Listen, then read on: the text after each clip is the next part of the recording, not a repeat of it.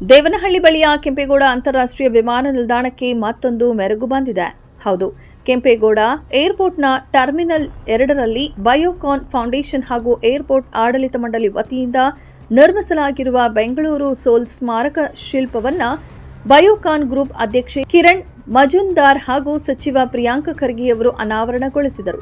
ಇನ್ನು ಟರ್ಮಿನಲ್ 2ರ ಅರೈವಲ್ನಲ್ಲಿ ಪ್ರಯಾಣಿಕರ ಕಣ್ಮನ ಸೆಳೆಯುತ್ತಿರೋ ಬೆಂಗಳೂರು ಸೋಲ್ ಸ್ಮಾರಕ ಶಿಲ್ಪವು ಸ್ಪೇನ್ನ ಖ್ಯಾತ ಕಲಾಕಾರ ಜೌಮೆ ಫೆನ್ಸಾರ್ ಅವರ ಕಲ್ಪನೆಯಲ್ಲಿ ಮೂಡಿಬಂದಿದ್ದು ಬೆಂಗಳೂರು ನಗರದ ಸಂಸ್ಕೃತಿ ಕಲೆಗಳನ್ನು ಬಿಂಬಿಸುವ ಸಂಗಮ ಕಲಾಕೃತಿಯಾಗಿದೆ. ಇನ್ನು ಇದೇ ಸಂದರ್ಭದಲ್ಲಿ ಬಯೋಕಾನ್ ಗ್ರೂಪ್ ಅಧ್ಯಕ್ಷೆ ಕಿರಣ್ ಮಜುಂದಾರ್ ಅವರು ಮಾತನಾಡಿ ಶಿಲ್ಪದ ಬಗ್ಗೆ ವಿವರಿಸಿದರು.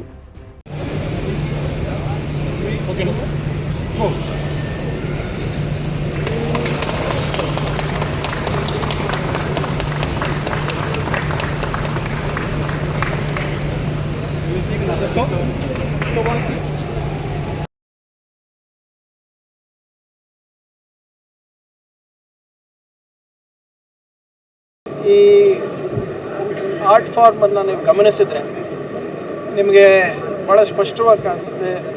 ಬೆಂಗಳೂರಿನ ವಿಶಾಲ ಹೃದಯ ಏನಿದೆ ಅದು ಈ ಸ್ಕಲ್ಪ್ಚರ್ನಲ್ಲಿ ಕಾಣಿಸ್ತದೆ. ಈ ಕೃತಿನಲ್ಲಿ ಭಾಳ ಸ್ಪಷ್ಟವಾಗಿ ಬೆಂಗಳೂರಿನ ಆತ್ಮೀಯತೆ ಇರ್ಬೋದು, ಬೆಂಗಳೂರಿನ ಅಥವಾ ಕನ್ನಡಿಗರ ಏನು ಒಂದು ದೊಡ್ಡ ಮನಸ್ಸು ಇರ್ಬೋದು, ಅದನ್ನು ಬಿಂಬಿಸಲಿಕ್ಕೆ ಪ್ರಯತ್ನ ಮಾಡಿದ್ದಾರೆ. ಇದಕ್ಕೆ ಈ ಕೃತಿಗೆ ಬೆಂಗಳೂರು ಸೋಲ್ ಅಂದರೆ ಬೆಂಗಳೂರಿನ ಆತ್ಮ ಅಂತ ನಾವು ಹೇಳ್ತೀವಿ, ಅದನ್ನು ಬಿಂಬಿಸಲಿಕ್ಕೆ ಪ್ರಯತ್ನ ಮಾಡಿದ್ದಾರೆ. ನಮ್ಮ ಬೆಂಗಳೂರಿನಲ್ಲಿ ಎಲ್ಲರಿಗೂ ಜಾಗ ಇದೆ.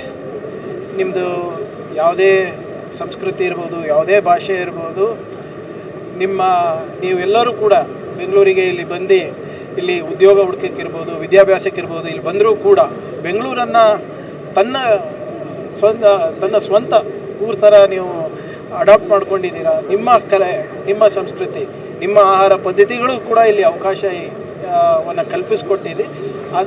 ಅದ್ರ ಜೊತೆಗೆ ಕನ್ನಡ, ಕರ್ನಾಟಕ ಅದನ್ನು ಕೂಡ ಉಳಿಸ್ಕೊಂಡು ಹೋಗಿದೆ. ಇಷ್ಟು ಶತಮಾನದಿಂದ ಹೊರಗಿಂದ ಜನ ಬಂದರೂ ಕೂಡ ನಮ್ಮದೇ ಆದಂಥ ಕಲೆ, ಸಂಸ್ಕೃತಿ, ಆಹಾರ ಪದ್ಧತಿಗಳು, ನಮ್ಮ ಭಾಷೆ ಅವೆಲ್ಲನೂ ಉಳಿಸ್ಕೊಂಡು ಹೋಗಿ ಒಂದು ವಿಶ್ವ ಮಟ್ಟದಲ್ಲಿ ಇವತ್ತು ನಾವು ಪ್ರಖ್ಯಾತವಾದಂಥ ಒಂದು ಸಿಟಿಯಾಗಿದ್ದೀವಿ ಅಂದರೆ ಅದಕ್ಕಿದು ಸಾಕ್ಷಿ ಮಾಡುತ್ತೆ.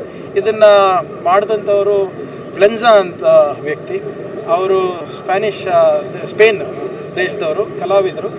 ಅವರು ಅಲ್ಲಿನ ಇದೊಂದು ಒಳ್ಳೆ ಒಂದು ಕಲಾಕೃತಿಯನ್ನು ಇಲ್ಲಿ ರೆಡಿ ಮಾಡಿದ್ದೀರಾ. ಸೊ ಏನು ಫೀಲ್ ಅನಿಸ್ತದೆ ನೋಡಿ?